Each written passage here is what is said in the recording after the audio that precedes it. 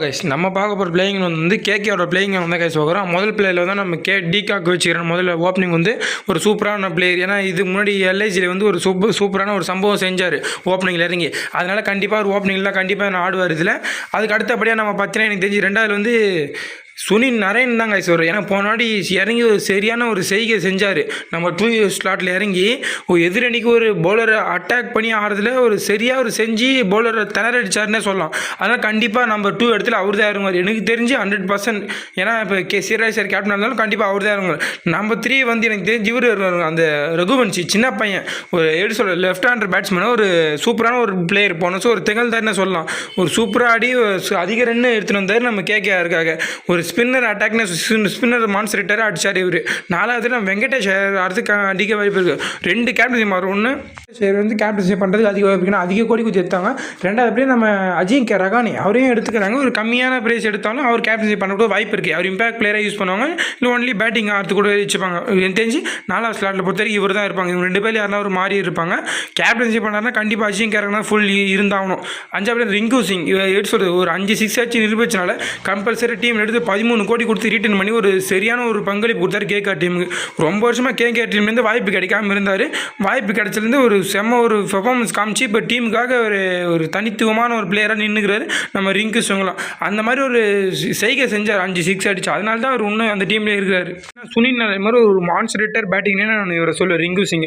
அந்த மாதிரி ஒரு பிளேயர் தான் நம்ம ரிங்கு சிங் எடுத்து ஒரு சூப்பராக அடுத்த 6வதுபடியாக நம்ம ஆண்ட்ரே ரசல் சொல்லுவது பவர் ஹிட்டர் பேட்ஸ்மேனும் பவுலிங் ஆல்ரவுண்டர் சரியான ஒரு பங்களிப்பு தந்தார். போன வருஷம் கேகேஆருக்கு அதே பங்களிப்பு அடுத்த வருஷமும் தருவார் நான் எதிர்பார்க்குறேன். அவர் கொடுத்த பங்களிப்பு ஹர்ஷித் ராணா கொடுத்த பங்களிப்புனால தான் டீமோட பவுலிங் ஸ்ட்ராங் ஆகி ஒரு கப் அடிக்கிற மாதிரி சிராஜ் சார் கேப்டன் சூப்பராக பண்ணாலும் கப் அடித்தாங்க. அந்த மாதிரி ஒரு சூப்பர் 7வது ரமன்தீப் சிங் அவர் ஒரு பவுலரு சூப்பரான ஒரு பவுலிங் போடுவார். பேட்டிங் ஆடுற ஆல்ரவுண்டர் மாதிரி தான் அவரும் ஒரு நல்ல ஒரு பேட்ஸ்மேன் சொல்லலாம். அவர் போன வருஷம் நல்ல ஒரு பேட்டிங் ஆடி ஒரு இம்ப்ரூவ்மெண்ட் பண்ணார். இந்த வருஷமும் ஒரு அதே பங்களிப்பு கொடுத்தாருன்னா ஒரு டீமுக்கு ஒரு சூப்பராக இருக்கும். அடுத்தபடியாக 8வது வந்து ஸ்பென்சர் ஜான்சன் அவர் ஒரு சரியான ஒரு பவுலர். குஜராத்துக்காக இது முன்னாடி ஆடி இருந்தார். ஒரு சரியான ஒரு எக்கனாமிக்கல் பவுலிங் போட்டு ஒரு விக்கெட் அப்பப்போ எடுப்பார். டக்குன்னு ஒரு ஆல்ரவுண்டர் பேட்டிங் ஒரு அந்தளவுக்கு பேட்டிங்கில் ஒரு சீரியஸான சூப்பராக ஒரு பேட்டிங் ஆடுவார். அந்த மாதிரி ஒரு பேட்டிங் யூனிட் வச்சுக்கிறாரு. ஒரு சூப்பரான பவுலர்னே சொல்லலாம். ஒரு பவுலிங் யூனிட் வச்சுக்கிறாங்க. பேட்டிங் ஒரு சரியான ஒரு ஃபார்மில் இருப்பார் இவர். ஆனால் போட்டிருந்தானா ஒரு நல்ல ஒரு பேட்டிங் யூனிட் பவுலிங் இருக்குன்னு சொல்லலாம் இந்த டீமை பொறுத்த வரைக்கும். ஒரு பிளேயிங்கில் ஆடுறதுக்கு அதிக வாய்ப்பு இருக்குது. ஏன்னா ஒரு சரியான ஒரு பவுலர்னால.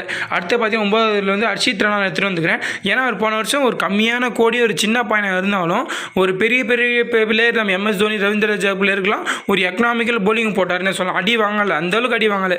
ஒரு எப்படி சொல்ல ஓவர் 10 ரன் 8 ரன் 9 ரன் அந்த மாதிரி தான் கொடுத்தாரே தவிர ஒரு நல்ல ஒரு பவுலர் யாக்கர் அதிகமாக ஸ்லோயர் பால் அதிகமாக போட்டு விக்கெட் எடுத்தார். அதனால தான் அவர் கேகேஆர் வந்து ரீட்டன் பண்ணாங்க. நீங்கள் ரீட்டன் பண்ணி ஒரு சூப்பரான ஒரு பிளேயராக அடுத்த வருஷம் ஒரு சரியான ஒரு பிளேயராக ஆவார்னு எனக்கு தெரிஞ்சு.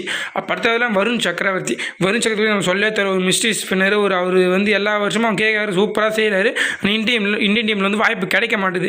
அவங்க வந்து நிறைய பிளேயர் கூட்டு போனாலும் தவிர நம்ம தமிழ்நாடு பிளேயர் அந்த இருக்கு கூட்டு போக மாட்டாங்க. நான் அதான் உண்மை எனக்கு தெரிஞ்ச வரைக்கும். வருண் சக்கரவர்த்தி ஒரு சரியான ஒரு இம்பாக்ட் கிரியேட் பண்ணுற பிளேயர்.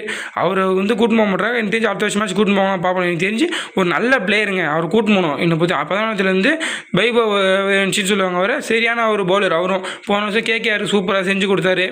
நல்ல ஒரு பவுலர். ஆனால் அவர் எக்கனாமிக்கல் பவுலர். ஒரு அதிக ஸ்பீடு போட மாட்டார். 130 135 தான் போடுவார். என்னை பொறுத்து எனக்கு தெரிஞ்சு அதிக ஸ்பீடு அவர் போட மாட்டார். ஏன்னா அவர் ஒரு சரியான ஒரு பவுலர் தான். ஆனால் விக்கெட் டேக்கிங் பவுலர் தான் சொல்லலாம் அவர்.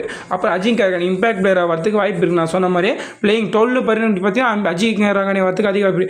என்னை பற்றி இந்த டீமோட ஸ்கோரை பார்த்தீங்கன்னா 10க்கு வந்து ஒரு 70 75 80 இது 3க்குள்ளே எப்படி வேணால் வச்சுக்கலாம். ஏன்னா அந்த மாதிரி ஒரு ஸ்கோர் அட்டவணை தான் எனக்கு தெரியும். ஏன்னா சிரேஸ் மாதிரி ஒரு கேப்டன் ரொம்ப மிஸ் பண்ணுவாங்க எனக்கு தெரிஞ்சு. பாப்பா வெயிட் பண்ணி மறக்காமல் நம்ம லைக் பண்ணுங்கள், ஷேர் பண்ணுங்கள், சப்ஸ்கிரைப் பண்ணுங்கள்.